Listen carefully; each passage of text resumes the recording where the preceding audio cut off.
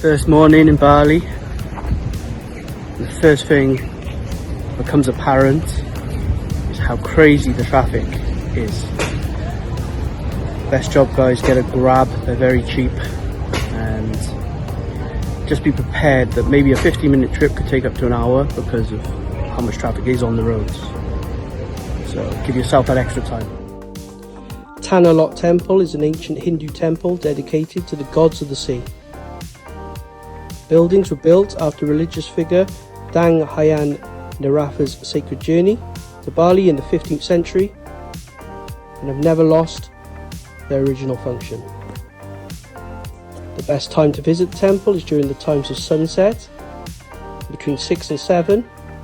Otherwise, the timings of the temple are from 7 till 7.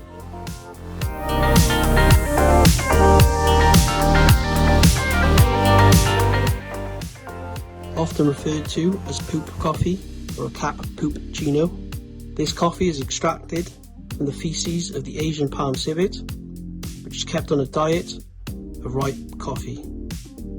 The main factor to Kopi Luwak's high price is the uncommon method of production.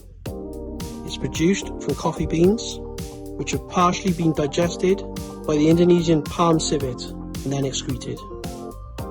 In Western nations, Kopi Luwak coffee can cost from $150 to $600 for less than half a kilogram. However, in Bali, you can find a cup in cafes for as little as $3. Here at Tanah Lot, you can check out the Kopi Luwak coffees. As you see behind me, this is the civet cat which produces the coffee. And you must try, guys, world's most expensive coffee. Everyone who's been to Bali knows what Bali traffic is like. It's complete madness. The quickest way to get around Bali is by motorbike, as cars can't always take the same shortcuts. So download the Grab app and allow someone to navigate your day. On this trip I swerved the monkey forest as I didn't fancy losing any of my belongings to a greedy ape. So instead I headed to the swings. One of Bali's most Instagrammable spots is the Bali Swing, soaring high over the jungle. Entrance is around $35, but there can be additional costs for a personal photographer or dress hire for the ladies. The Bali Zoo offers various opportunities for visitors to interact with animals up close.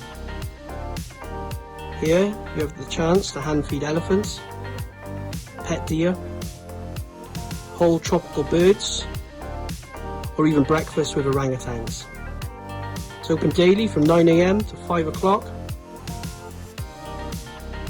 It's definitely a good way to get out of the heat. Finn's Beach Club is a chic hangout on Barawa Beach in Canggu, with a blue-tiled freeform infinity pool surrounded by a magnificent all-bamboo structure. The music was pumping, dances were fierce, and the atmosphere was electric. Any clubber needs to do a night here, as it really does have the it crowd. Entrance to Finn's in Canggu is free. Goa Gadja, or the Elephant Cave, is located near Ubud. Built in the 9th century, it served as a sanctuary, and when visiting, you must wear either long pants or a sarong to cover your knees. This morning I've come to Goa Gadja, known locally as the Elephant Temple.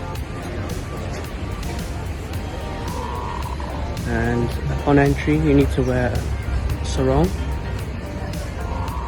This is a mark of respect to cover your knees.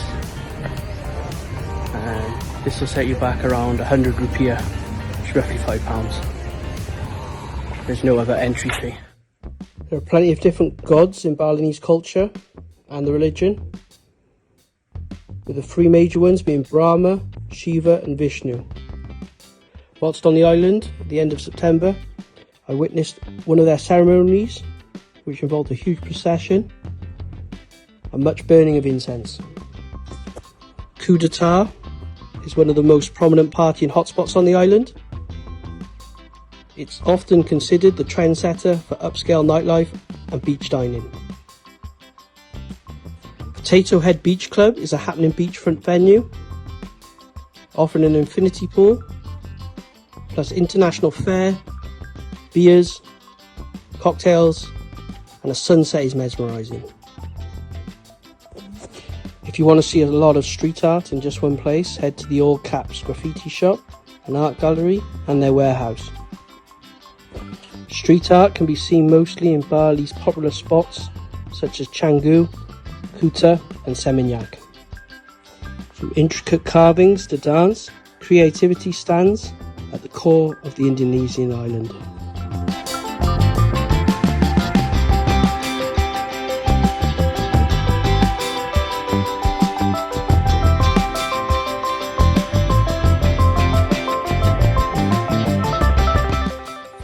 Ubud is most well known by international travellers as the greenest part of Bali, because it has a lot of tourist attractions with green features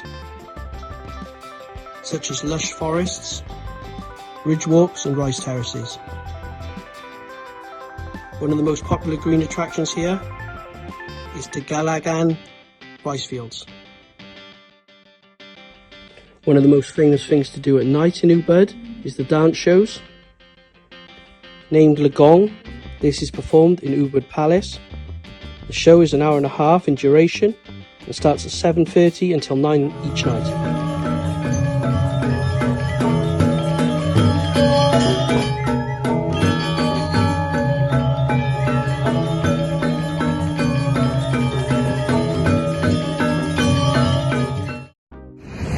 First port upon landing in Jakarta is the population numbers are crazy,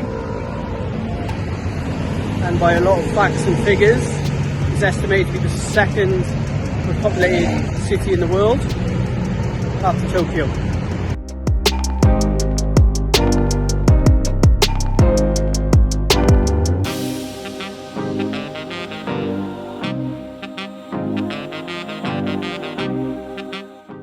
Day one in the capital, and I've come to Taman Mini,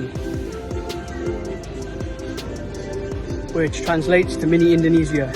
It shows you all the different aspects of the country, and it is huge, guys. Everything from art galleries to museums, sculptures, fantastic. Taman Mini is a 250-acre miniature park in East Jakarta, showcasing full-scale models of traditional homes, monuments and a bird park. When you visit Taman Mini, you'll get the chance to see the traditional Indonesian dances, live shows and stunning provincial parades. Entry is just $1 per person. Inside the bird park in Taman Mini, wow, this place is incredible, guys. Over 2,000 species of birds. You can get up close and personal. Indonesia is a country of stunning nature. Central Jakarta is the heart of the city's administration and businesses, home to the presidential palace and government buildings. The area also features Jakarta's well-known heritage buildings from the colonial era. Jakarta's iconic national monument stands within DwK&x Square, one of the largest city squares in the world. Monas, as it is fondly known by locals, is surrounded by other major sites such as Istiqlal Mosque and Jakarta Cathedral. The National Museum is also nearby, showcasing a rich collection of ancient stone sculptures, traditional textiles and historical artifacts. Kota Tua is one of the most popular places to visit in Jakarta in its old town. Housed in old colonial buildings, the many museums here will take you back to the era of discovery and aromatic spices. Glodok is the old Chinatown section of Jakarta. It involves endless alleyways of food stalls offering fresh fish, veggies and rice combinations. By the time, however, that I got to the arches, I was overheated and opted to venture indoors to a traditional tea house with a fan system to cool off. The Jakarta Cathedral is located in central Jakarta near DwK&x Square and DwK&x Palace. Right in front of the cathedral stands Istiqlal Mosque. Its neo-Gothic architecture from the Dutch colonial era has a heartwarming interior. Adjacent is the largest mosque in Southeast Asia. Located just 10 minutes from Jalan Tamrin, Cafe Batavia stands as a majestic centrepiece to the tourist area that is Jakarta's Kota. Since its highly publicised grand opening in 1993, the cafe has hosted many fabulous parties and become a most popular venue for all kinds of special events. World leaders and glamorous stars have attended events at the cafe, many of which will still be talked about in years to come. The Kite Museum of Indonesia is a museum in Pondok Labu, South Jakarta. It's the first kite museum in Indonesia. Its collection includes more than 600 kites. As part of the entrance fee, visitors can make and decorate their own kites and take them home. Time to check out now on the final day in Jakarta.